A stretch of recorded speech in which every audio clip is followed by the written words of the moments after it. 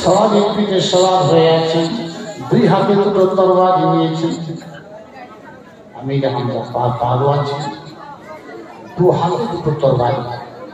হায়দ্রাবাদী বলে কাফেরদের একবারে যেখানে কাফেররা একসঙ্গে অনেকগুলো রয়েছে, তার ভিতরে ঢুকে গেছে ধরেছে। আমি হামজা রাদিয়াল্লাহু তাআলা আনহু দুই হাতে তরবারি চলছে, বিদ্যুতের মতো তরবারি গুলো চলছে। আর আমি ওয়াসি দেখতে পাই কাফেরদের মাথাগুলো জোরে জোরে পড়ছে, এমন ভাবে পড়ছে। একটা উদাহরণ দিলেন, যেমন একটা শুকনো গাছ, পাতাগুলো সব শুকিয়ে গেছে, পাতাগুলো সব শুকিয়ে গেছে। ওই শুকনো গাছটা নাড়া দিলে যেমন পাতাগুলো ঝরঝর ঝরঝর ঝরঝর করে পড়ে, সেই রকম আমি হামজার তরবারি লাগাতে কাফেরদের মাথাগুলো এরকম ঝরঝর ঝরঝর করে পড়ে। সুবহানাল্লাহ। আসি বলছেন, আমি দিকে আশ্চর্য হয়ে গেলাম। এটা আমি হামজা বীর বিক্রমে আগে আগে চলে আসলাম, কাফেরদেরকে সাফ করতে করতে, কাফেরদের পরিষ্কার করতে করতে আগে আগে দিকে আমার দিকে চলে আসলেন। আমি তখন বললামটা ভালো করে ধরলাম, ওই কলম কাছাকাছি এসেছে। আমি আসি বললামটা ছুঁড়ে দিলাম। বলছে না, ঝরঝর করে কাঁদছেন। ইসলাম আমার ধরে বলছে, ওনারা বলছে না, ঝরঝর করে চোখ করে কাঁদছেন। ও আমি তখন বললামটা ছুঁড়ে দিলাম, বললামটা গিয়ে আমি রাম ভাই নাভিকে গিয়ে লাগলো, পিঠের দিকে বার হয়ে গেল। আমি তখন দেখলাম কাজ হয়ে গেছে। আস্তে আস্তে দেখলাম দুই হাতের তরবারি গুলো ঝনঝন করে পড়ে গেল।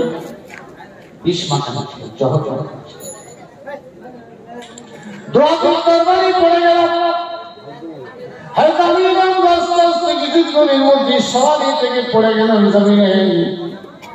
পড়ার সঙ্গে সঙ্গে শহীদ হয়ে গেলেন। ইন্না লিল্লাহি ওয়া ইন্না ইলাইহি রাজিউন। শহীদ হয়ে গেলেন, বড় বীর পাহলওয়ান ইসলামের শহীদ। যুদ্ধ যখন শেষ হয়ে গেল, ওই হিন্দা রাদিয়াল্লাহু তাআলা, হিন্দা মুসলমানের যুদ্ধ হল। শুধু হিন্দা বললে হবে না, রাদিয়াল্লাহু তাআলা না বলতে হবে, তাহলে গুনাহ হবে। হিন্দা রাদিয়াল্লাহু তাআলা খুঁজতে লাগলো আমির হামজা আল্লাহ সুবহান, অত প্রতিজ্ঞা করে কলজিটা ছিটিয়ে খাবো। খুঁজতে লাগলো আমির হামজা আল্লাহ কোথায়, খুঁজে এক সময় পেয়েও গেল। প্রথমে মুসলা করলো। মুসলা মানে জানো? মুসলা আদি ভাষায় মুসলা মানে কান কেটে নেওয়া, নাক কেটে নেওয়া, আঙুল কেটে নেওয়া। আল্লাহ রাসূল প্রিয় চাচা জান হযরত আমির হামজা রাদিয়াল্লাহু তাআলা হাত পা নখ এই কাপড় কিনা নাক কান সব কেটে নিয়েছিল। অতঃপর পেটটা ফেলে দিয়ে কলজেটা বার করেছিল, মুখে পুরে চিবিয়েও ছিল কলজাটা, কিন্তু আল্লাহর হুকুম সে গিলতে পারেনি, ভিতরে গিলতে পারেনি। বলেছিল খাবো, কিন্তু আল্লাহ গিলার শক্তি দেয়নি, বার করে দিয়েছিল। এত নৃশংস ভাবে আমির হামজা মানে শহীদ করা হয়েছে। যুদ্ধ শেষ হয়ে গেল, আমরা দিদার বাড়ি চলে গেলাম। আল্লাহ নবী আল্লাহ রাজি সেই সময় কজন শহীদ হয়েছেন সব খুঁজতে খুঁজতে যখন শুনে ফেলেছেন, আমার চাচা জানারা আমির হামজা তিনিও শহীদ হয়ে গিয়েছেন। রাসূল আমার ঝরঝর করে কেঁদেছিলেন। এই যে মারামারি কাটাকাটি যুদ্ধের ময়দানে এত খুন খারাপি কিসের জন্য বললি? উত্তর দেন, কিসের জন্য? ইসলামকে প্রতিষ্ঠিত করার, তাই দ্বীনকে প্রতিষ্ঠিত করার জন্য।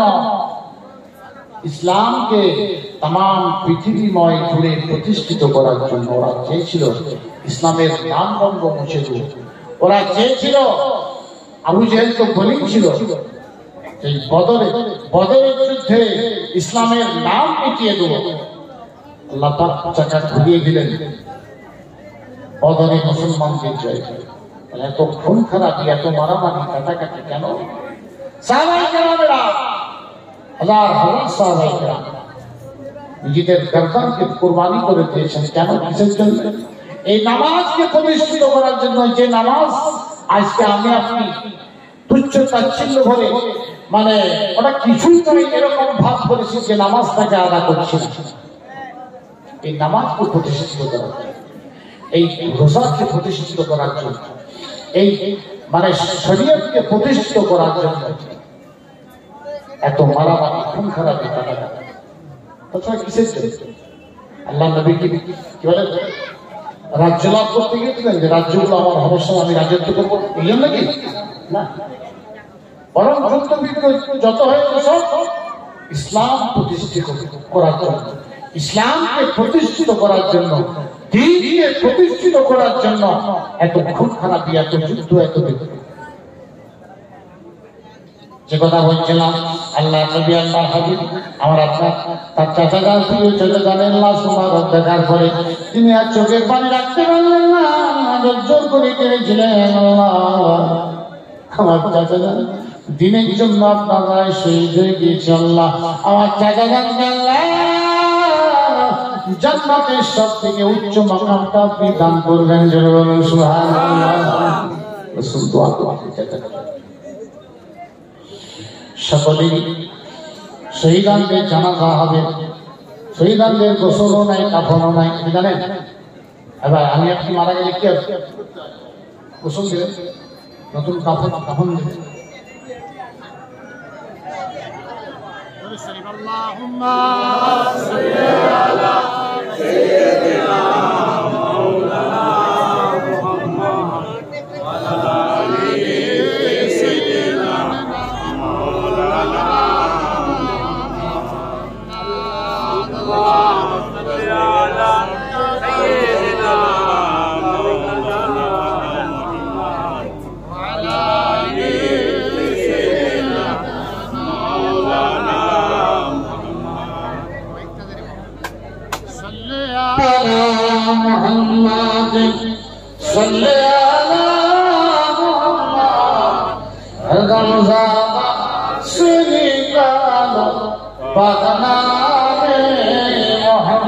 যে কথা বলছিলাম আল্লাহ নবী আল্লাহ আগে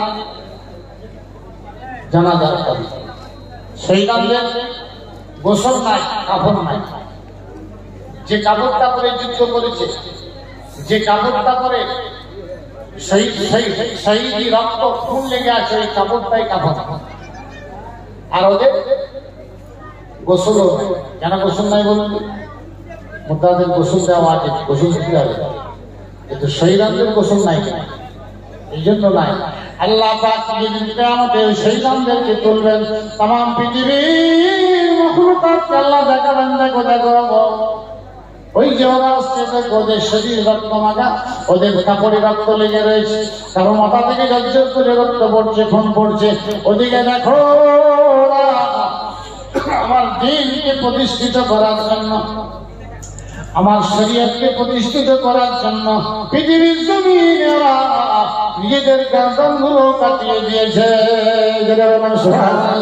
আল্লাহ দেখাবেন বলে শরীয়তের আইন হয়ে গিয়েছে, কোন শহীদদের গোসল দেওয়া হবে না, বিনা গোসল বিনা কাফন জানাজা নেই। বললে মাশাআল্লাহ, ওদের যুদ্ধে 70 জন সাহাবা শহীদ হয়ে গিয়েছিলেন। 70 জন। আল্লাহ নবী আল্লাহ বললেন, ও আমার সাহাবারা, এক একজন কি বলে, এক একজন সাহাবাকে নিয়ে এসো, এক একজন শহীদানকে নিয়ে এসো। আর প্রত্যেক সাহাবা প্রত্যেক শহীদানের সঙ্গে আমার চাচাকে ওর সামনে রেখে দেবে। সুবহানাল্লাহ। একবার দোয়া নাই। আল্লাহ নবী আল্লাহ হাজী হামজা রাদিয়াল্লাহু তাআলা 70 বার জানাজা পড়েছিলেন। 70 বার জানাজা পড়েছিলেন। খুব ব্যথা পেয়েছিলেন। আর এই হিন্দার কি হবে? ফতেহ মক্কার সময় যখন মক্কা বিজয় হবে, আল্লাহ নবী 1400 সাহাবা, 10,000 সাহাবা নিয়ে আল্লাহ পাকের কাবা ঘর দখল করলেন, মক্কা শরীফ দখল করলেন। সেই সময়তে প্রত্যেক কাফের মুশরিক একে একে আসে, ইসলাম গ্রহণ করে, একে একে আসে, ইসলাম গ্রহণ করে। আবু সুফিয়ান হিন্দার সাবিক ওই ফতে মক্কা ইসলাম গ্রহণ করে। সবাই যখন ইসলাম গ্রহণ করে চলে যাচ্ছে, হিন্দা তখন একজন সাহাবাকে তুমি যোগ, আমিও মুসলমান হব। হিন্দা বলছে আমিও মুসলমান হব, আল্লাহ নবী কি আমাকে গ্রহণ করবেন না? অনু তো জানে আমি কি করেছি, তো জানে আমি কি করেছি। আল্লাহ নবী খবরটা পৌঁছে গেল, ইয়া রাসূলুল্লাহ, সেই হিন্দা বলে আমি মুসলমান হব। আল্লাহ নবী আল্লাহ ভাই বললেন, আজকে দিনেতে কারো জন্য ইসলামের দোয়ার কাজ কারো জন্য বন্ধ হবে না। সে যত বড়ই গুনাহগার, যত বড়ই পাপী হোক, যত বড়ই শাসনের কাজ করুক না কেন, আল্লাহ তাআলা দিনের দোয়া, ইসলামের দোয়ার কারো জন্য কোনোদিন বন্ধ হয় না। আবার দিয়ে দাও। তবে একটা কথা, হিন্দাকে আমার চোখের সামনে কিন্তু আনবে না, ওকে যেন আমি দেখতে না, আমি যেন হিন্দাকে দেখতে না। কেন? এই জন্য যে হিন্দাকে যদি আমি দেখি, তাহলে আমার চাচা কথা সহজ এসে যাবে। হিন্দার সামনে একটা পর্দা দিয়ে দেবে, হিন্দার কাছে সামনে একটা আড়াল করে দেবে, ওই আড়ালের মধ্যে দিয়ে আমি তাকে ইসলাম গ্রহণ করিয়ে নেব। ওই যেন আমার চোখের সামনে না আসে। হিন্দা আসে, পর্দা দিয়ে হয়েছে, একটা পর্দার সামনে দিয়ে হিন্দা ইসলাম গ্রহণ করেছে, মুসলমান। হিন্দা তখন মুসলমান হয়ে বলছে, মক্কার মানুষ, জানো জানো আমি এই ইসলাম আনার পূর্বে পর্যন্ত, আজ থেকে একটা দিন আগে পর্যন্ত আমার চোখে সব থেকে ঘৃণিত জিনিস, সব থেকে খারাপ, সব থেকে মানে নিকৃষ্ট, সব থেকে অস্বস্তিকর বস্তু যদি কেউ থাকতে হয়, এই মোহাম্মদ ছিল। নাউজুবিল্লাহ। আমার চোখে একদম বিষাক্ত ছিল। আরে আজ আমি হিন্দা বলছি, শোনো, আজকে আমার চোখে সব থেকে প্রিয় বস্তু, সব থেকে ভালোবাসার পাত্র, সব থেকে আমার চোখে ঠান্ডা, আমার চোখে শীতলতা আজকে তিনি হচ্ছে হযরত মুহাম্মদুর রাসূলুল্লাহ সাল্লাল্লাহু আলাইহি ওয়াসাল্লাম। তিনি আমার চোখে আজকে সব থেকে প্রিয় বস্তু। তাহলে যে আয়াতটা বলেছি ওর ব্যাখ্যাটা একটা শুনুন। তাহলে এই ওয়াহাসি রাদিয়াল্লাহু তাআলা আনহু ইনি ওইরকম একটা জঘন্য কাজ করেছেন, আমির হামজাকে বল্লম মেরে শহীদ করেছিলেন। ইসলাম আনার পূর্বে চিন্তায় পড়ে গেলেন, আমি তো বিরাট একটা পাপের কাজ করে দিয়েছি। আল্লাহ রাসূলের হাতে হাত দিয়ে ব্যয় করতে মানে এত চিন্তা হবে, পেছনের গুণাগুলো মনে হবে না, আমি এই করে দিই। আমাদের মনে হয় তো, আমার তো মনে হবে না, আমি বিগত জীবনে এই করেছি, এই করেছি, এই করেছি, সেই করেছি। তাহলে ওগুলো কিসে মিটবে? যেমন হযরত ওয়াসি চিন্তা করেছিলেন, আমাকে আপনাকে চিন্তা করতে হবে কি হবে? যেটা বলুন না, হবে কি হবে? হবে না। যে আমার পিছনের গুণাগুলো কি করে মিটবে, কেমন করে মিটবে, আমাকে আপনাকেও চিন্তা করতে হবে।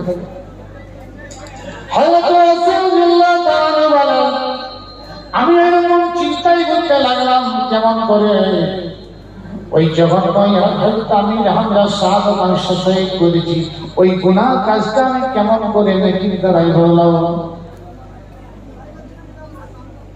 তার মানে আল্লাহ বলছেন যেমন গুনাহ ঠিক ওই পরিমাণ একটা নেকির কাজ করো, ঠিক ঠিক দুটো যেমন যদি সমান হয়ে যায়, তাহলে এই জঘন্য বড় পাপ কাজটা এই বিরাট নেকির কাজের বদলা করে আমি তোমার পেছনের পাপটাকে মিটিয়ে দেবো।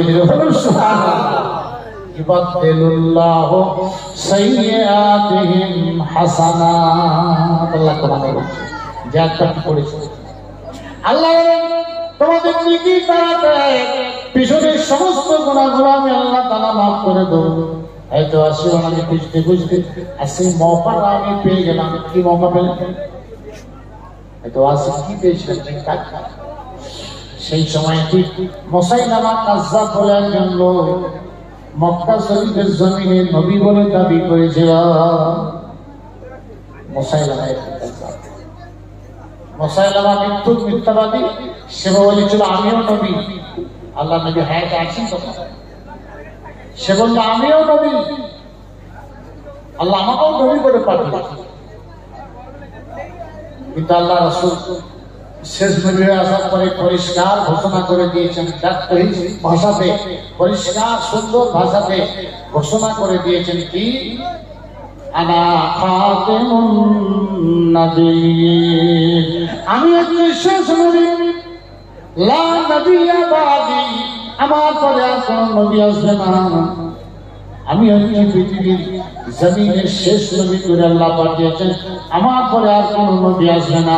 যদি কোন নবী বলে দাবি করে তাকে তোমরা মিথ্যা ভাববে, তাকে তোমরা জানবে সে লোকটি মিথ্যা কথা বলে। আমার পরে আর কোন নবী আসার কোন রকম কোন চাষ নাই। আল্লাহ আমাকে দিয়ে নবুয়ত খতম করে দিয়েছে, নবুয়ত আল্লাহ আমার দ্বারা তিনি খতম করে দিয়েছেন, আর কোন নবী আসবে না। এই মুসাইলামা ইবনে কাযযাব এই নবী বলে দাবি করলেন। দেখো পণ্ডিত ছিল, আরবি ভাষা লেখালেখি করতে পারতো, কবিতা লেখা, কবিতা লেখে বলতে দেখো আমার কাছেও মানে আল্লাহ এগুলো ওই পাঠিয়েছে, ওই হয়তো 80 বলেন আমি তখন সুযোগ পেয়ে গেলাম, আমি তখন সুযোগ খুঁজতে লাগলাম ইসলামের বড় দুশমনটাকে আমি কেমন করে মারতে পারবো। ওদিকে ইসলামের একজন বড় হাতিয়ারকে কতল করে যেমন পাপ কাজ করছে, ইসলামের বড় একজন কি বলে যোদ্ধা, ইসলামের বড় একজন আপনার কিনা শহীদ কি বলে পাহলওয়ানকে যেমন শহীদ করে পাপের কাজ করেছিলেন, সেরকম ইসলামের ওই ধরনের একজন বড় শত্রু যে নবী দাবি করতে পারে। আমি সুযোগ খুঁজতে লাগলাম, শুধু একদিন পেয়েও গেলাম। আমার ওই বল্লম দ্বারা, যে বল্লম দিয়ে আমি আমির হামজাকে শহীদ করেছিলাম, ওই বল্লম দিয়ে আমি মুসাইলামা কাযযাবকেও কতল করলাম। সুবহানাল্লাহ। যেরকম বড় গুনাহ করেছিলেন ঠিক সেই পরিমাণ বড় নেকি করে কি হলো, আল্লাহ বলেন ইবাদুল্লাহ সাইয়্যাতিহিম হাসানা। আল্লাহ রাব্বি এই ঘটনা যখন শুনলেন, ওয়াসি রাদিয়াল্লাহু তাআলা সত্যি নারায়ে তাকবীর, নারায়ে তাকবীর।